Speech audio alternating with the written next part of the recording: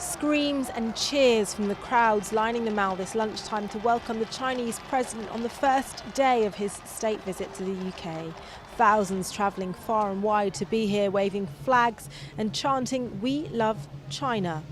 Chinese people very love the British culture and the British languages, and I find that British people like Chinese culture as well.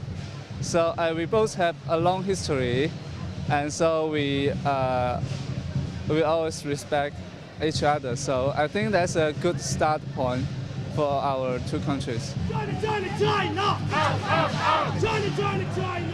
Out, out, out! Meanwhile, a crowd of protesters gathering alongside the procession line in St James's Park, chanting "Shame on China" to demonstrate against the visit and the country's human rights record.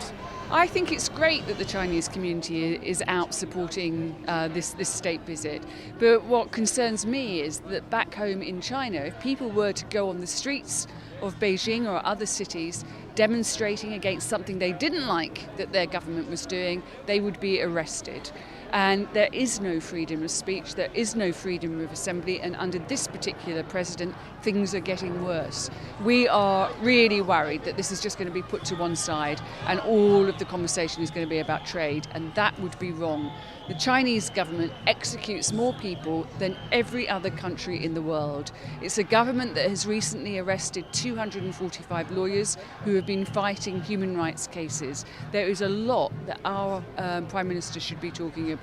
This is, of course, the first UK state visit by a Chinese leader in a decade, with ministers hoping to strike a £30 billion investment and trade deal as President Xi Jinping visits the capital for the first of his 4-day state visit today.